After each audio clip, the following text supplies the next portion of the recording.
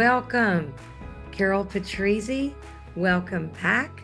Or if you are joining us for the first time, welcome to this wonderful summit. The umbrella, of course, being accountability and success, whatever success means to each of you. And today we are having wonderful conversations about how to plan for success throughout the new year, not just, an idea here and there, but how to really get set up and plan for success throughout the entire year, which means first we have to address fears, regular life, anxiety, whatever comes up for us that we have to break through, carry forward with us, surrender from moment to moment. And we have the incredible best-selling international author, David Mark Quigley. His good friends call him Mark. And he's so dear, he said we can call him any of that. So welcome, wonderful David Mark Quigley. Welcome. We are ready for you to give us some tools and tips to move forward. Great to be here. Thank you, Carol. I'm looking forward to our conversation today. So it's going to be very rewarding for anybody that listens, I believe. So let's dive right in. Yeah, let's dive in. Tell the audience, I've had the pleasure of, speaking with you before, and you have a very interesting relationship with and around fear. Being born, I know there's dyslexia that maybe started things off, but you actually had quite a bit happen that has taken you on an incredible journey. Tell the audience a little bit about that. Okay, so I've suffered from quite severe trauma from a very early age. And so while I was genetically predisposed to have dyslexia, it was exhibited after a blunt force trauma event when I was several years of age. And so after that, I had a great deal of difficulty with the printed word. And so even today, I still have difficulty breaking words up into syllables. But so I've never actually passed an English test in my life. And I never read my first book until I was 23 years of age. And so I suppose I endured my schooling years and couldn't wait to leave. And so I thought I was going to be destined to a life of on the farm, as a farmhand. But my father came to me and said that anybody that could do my job, and that I should look at traveling overseas. So I took him up on that, and I left New Zealand, and I was introduced to a whole new world. And so that really opened me up to what this world has to offer. But also from a very, very early age, I suffered from a very pervasive fear. I was always looking over my shoulder, and that will have been because of the traumas that I experienced at a very early age. And so it wasn't until I was 23, I was at Paddington train station in London, and I was about to embark on a 2.5-hour journey on a train to go up to Leamington Spa in Warwickshire. And I was wondering what to do, because back then there was no cell phones, there was no portable video devices, those sort of things. And I'd never taken up reading at all because I just struggled with it so drastically. And so out of character, I was standing outside the bookseller, H.W. Smith, and I spied a book on a shelf outside the front entrance, and it had a lion on the front cover, and I just returned from Africa. And I was immediately taken back to when I was in Africa. I was on a game viewing. I was on a game viewing platform on top of a Land Rover. I was in Botswana, and we came around this corner and we came upon this lion um, that was following a lioness in heat. And it took one look at the Land Rover and it charged. And I was up on the game viewing platform with a South African girl and a guy from Germany, and they tumbled down through the game viewing hatch and closed it behind me and left me up there. And Oh so my gosh.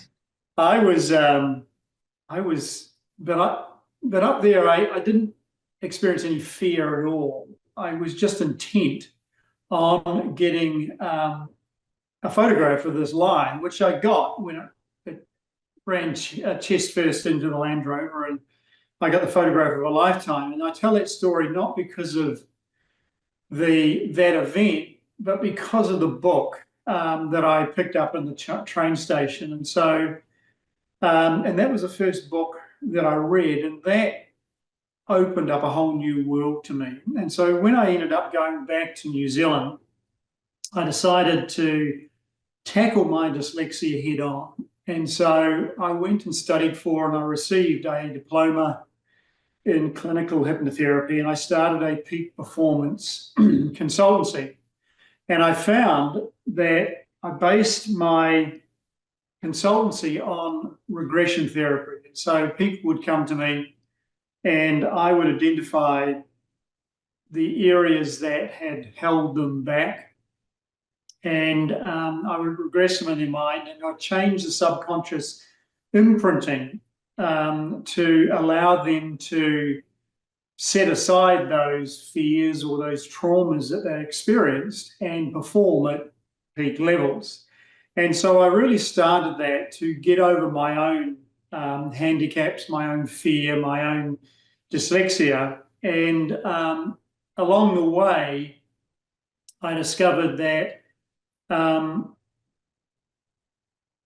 decided that I would embark on writing to try and solve this dyslexia issue, because I couldn't spell with my weight. And so I embarked on writing, and I wrote my first novel, which was named Scars of the Leopard, which basically followed my journey around the world. And during that time of writing, even though I was predisposed to very right hemisphere dominant, during that time, while it was a struggle to begin to write, I would lapse into the state that was very similar to when I was on the game viewing platform, where I felt no fear.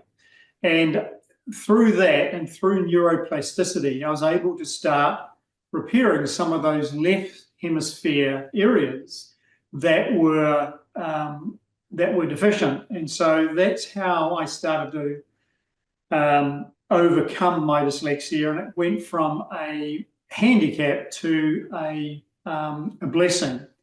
And so, and it turned into a love that I've since carried on through to today. And so, but one thing that I found was when I left New Zealand originally, I left that fear behind. And so while I was overseas, I again was opened up to a whole new world because I didn't have that fear. But it was only when I went back to New Zealand that I discovered that fear came crashing back again. And so even though I started this consultancy, even though I started the hypnotherapy practice, I still had this fear. And when I was with clients and I was working at the subconscious level, it didn't really affect me. But it was still persisted. And so what I ended up doing was I ended up going overseas again. And then I left that fear back there and traveled extensively again. And so I now live in Southwest Florida, and that fear that I grew up with basically didn't, no longer affects me. However, I did end up going back there, back to New Zealand about 15 years ago, and I faced it full on and used that time to overcome it and also create one of the largest businesses of its kind in the Southern Hemisphere.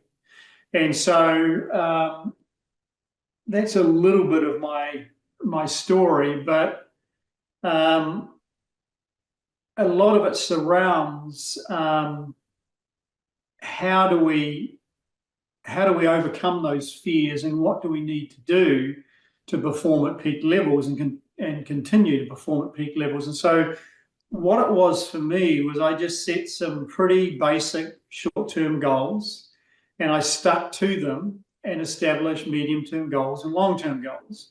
And so one of the very first goals that I ever created once I got back to New Zealand was to become an internationally renowned best-selling author. And so, but I had to break that down into small incremental goals to be able to, propel me forward to achieve that high, hard goal. And so that's, and that's, for me, that's how it started and how it continues. So everything for me is broken down into achievable steps on a daily basis that grow to achieve those harder ones that we set ourselves. And that's where my motivation, I suppose, comes from. Amazing. First of all, congratulations. And certainly not just for becoming a best-selling, an international best-selling author. The way that I love the story of the lion.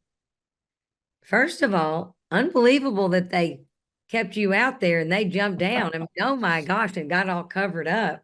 I don't know. Yeah. You might want to talk to them. But the thing about that is it ended up being a gift, of course, and you get this once in a lifetime shot.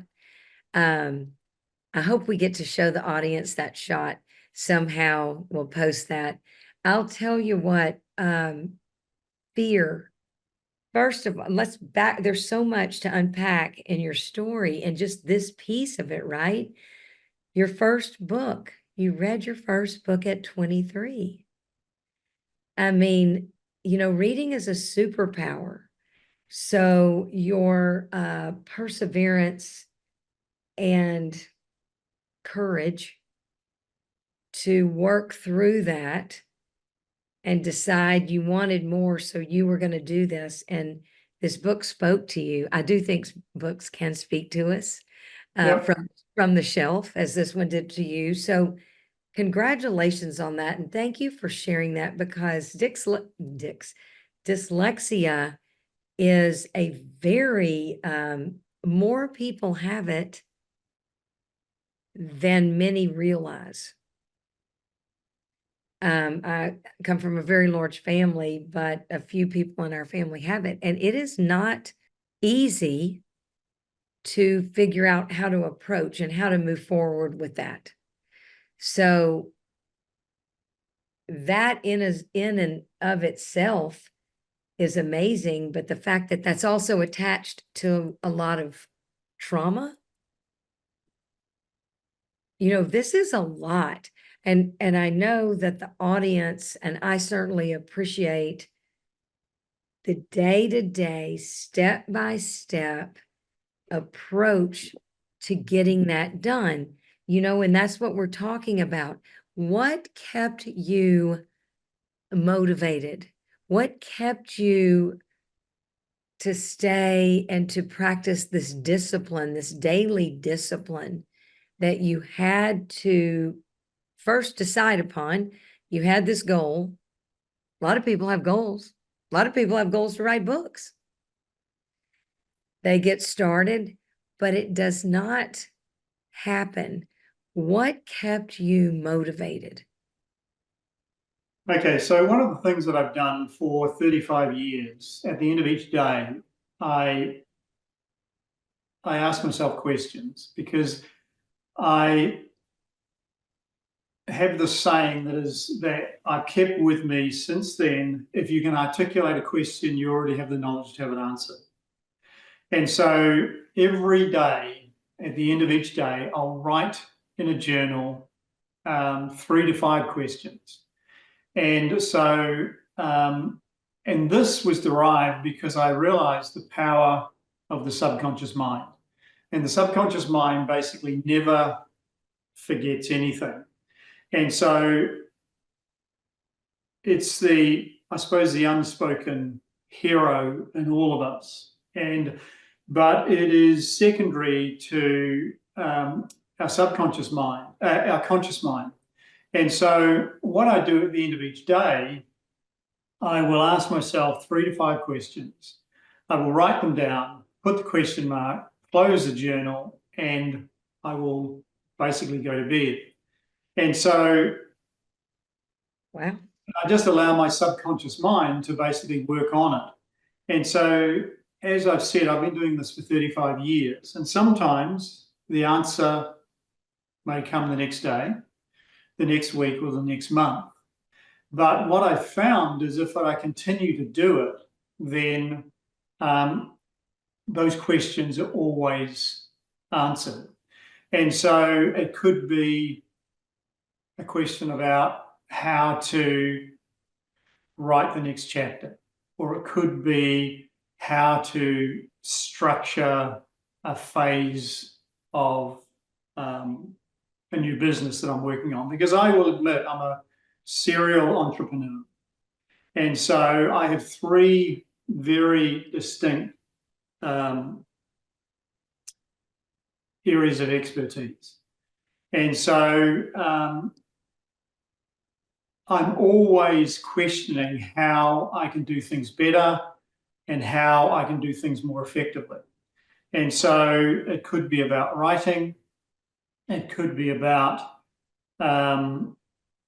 certain aspects of other areas of my life, or it could be about my ongoing consultancy.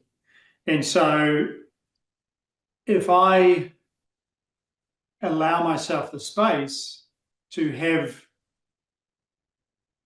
get my conscious mind out of my subconscious's way, then all my questions are eventually answered. And so that's really the secret of my success. I'm continually asking for and striving for answers, and I'm not necessarily expecting them, and I will allow them to come when they are good and ready, I suppose. So again, if you can articulate a question, you already have the knowledge to have it answered. And so for me, that's the beginning and the ending of it all. That is wonderful. First of all, there's some freedom in what you're doing. You're trusting your subconscious. I love the unsung hero being the subconscious, because so often that is not the name that's given to our subconscious. So that's very interesting, and I like that a lot. And also, you're journaling every night. Again, 38 years? 35 years, yeah. 35 years.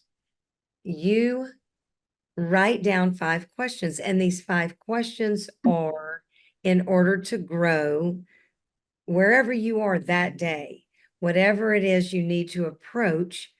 You just write down these questions, and then you go to sleep and you allow the question to get worked out. Your subconscious is guiding you, if you will, just by bringing the question up without expectation. I also noticed that you shared that you have no expectation of this, amazing answer to come, but the answers do come because you trust that if you have the knowledge to ask the question, you also have the knowledge within to answer the question.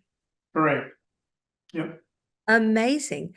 I mean, I'm going to bet that the audience agrees. So often we are told to journal, journal, journal, journal, journal, get it out so that you can get to a different place of critical thinking, which I love that. This is really fabulous.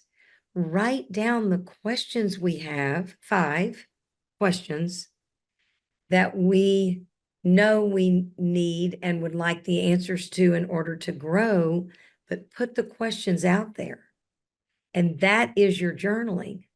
Do Yep. you see, I guess what you're sharing is sometimes you wake up and you have, it may be you wake up and whatever your morning routine is, you have worked out an answer or something to try that is a good idea to answer these questions. Is that correct? And then sometimes it might be 2 or 3 weeks. Do you ask Yes, the it's good. same questions Yeah. until they are answered? Well, sometimes it could take months, but if you keep asking the question, you will end up getting the answer. Well, I'm going to tell you what, I'm certainly going to try that. So, Mark, I am going to try. This is wonderful. So, what for the audience, everyone is here to change the statistics, if you will. Supposedly, studies show that there are only 5% of people that stick with, as you did, a daily practice in order to take incremental small steps, one step, one day at a time, to reach a goal. Not many people stick with it. Now, I like your practice because it's a practice of questions. It is not a practice of journaling and journaling and journaling, which is also a very good practice. However, this allows how much fun to grow, to be curious. This is very interesting to me. And so for those that are listening, all of us, is the first step prayer, meditation, figure it out. What is it that you really do want? Like to write this best-selling book, to get that vision first and then start writing down steps that you believe it would take, or ask the questions that very first night. How do I get started? Is that one of the 5 questions? Is your advice to the group? Well, everybody's different. And Yeah. so we are all very unique. And so it really depends on what, I don't know, flips our own trigger. And so and so for me, it was all about overcoming the fear, overcoming my dyslexia. So that was where it started for me. And so, and from there, and once I gained those answers, it grew from there. And so, there are times where you are going down a particular pathway and you may come to a fork in the road. And sometimes you can go down the road less traveled, say. And there's nothing wrong with journeying down that pathway for a time, and you can always come back. And so it's very important to, you're never going to fail at anything because you're going to learn something. And so for the audience, I suppose the main thing would be to try to determine is what is it the one thing that they want to achieve? What is it that would really allow them to gain some satisfaction, gain some purpose, gain some direction in their life, and move towards that. And all of that will begin with a question. What is my purpose in life? What is going to bring me satisfaction? How can I achieve this? And those simple answers will propel them on a journey of discovery and answers. So again, if you can articulate a question, you already have the knowledge to have an answer. And I mean, it's very interesting because I can see behind me there is one of my journals, and I I see. normally leave it open, and it is open, has been open since this morning. So um, yeah, it's quite apt that it's there in the background. I love this so much. So often people will say, it's not, it's not just, it's also figuring out what questions to ask. Right. And I love that. Now, you said your journal's been open since this morning. So last night you were going to bed and you asked 5 questions to yourself, whatever those may be. If you share, that's great. If not, certainly we'll have to ask our own questions. And then this morning, did you wake up and journal more? Well, I actually have 2 journals. So this is my office, and I have a journal that's dedicated beside my bed. And so it just so happens that I'm actually duplicating. So at the moment, so I am asking very similar questions on my way to bed. And then first thing in the morning, I'm actually repeating some of those if I haven't received an answer from the night before. And so, because what I do is I rise at about 4:30 to 5 each morning, and then I will go through a meditation. And then after the meditation, I will journal a little bit. And so generally that journaling will include some of the insights that have come from my meditation, but also insights that come from the answers to the questions that I asked the night before. I love this so much, and I am actually going to give this a try. I love this idea. And Yeah. I love that you've given us such a perfect example. You set up, you stuck with it. You were ready. I mean, everything about what you have shared is, we can apply this practice of asking questions Well, and it's such a simple process, Carol. yeah, It's not, you're not necessarily looking to achieve anything, but it's going to propel you forward to to achieve something. And so, and I know I'm repeating this, but if you can articulate a question, you already have the knowledge to have an answer. it's And important. so you can go to my website, davidmarkquigley.com, and there's a free 7-day journal there that people can download for free that specifically relates to asking questions. If you can articulate a question, you already have the knowledge to have an answer in it, and it goes through the steps of how to formulate those questions and how to write them out. And so that is one of the simplest ways how I can get some of my clients to begin on the process, because it's not necessarily the answers that we get, it's the questions that we ask. Right. Right. It's not the answers that we get necessarily, it's the questions that we ask.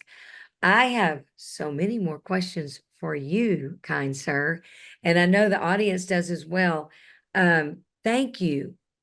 Thank you so very much. I look forward to another conversation with you about this and many other subjects. I know the audience appreciates it.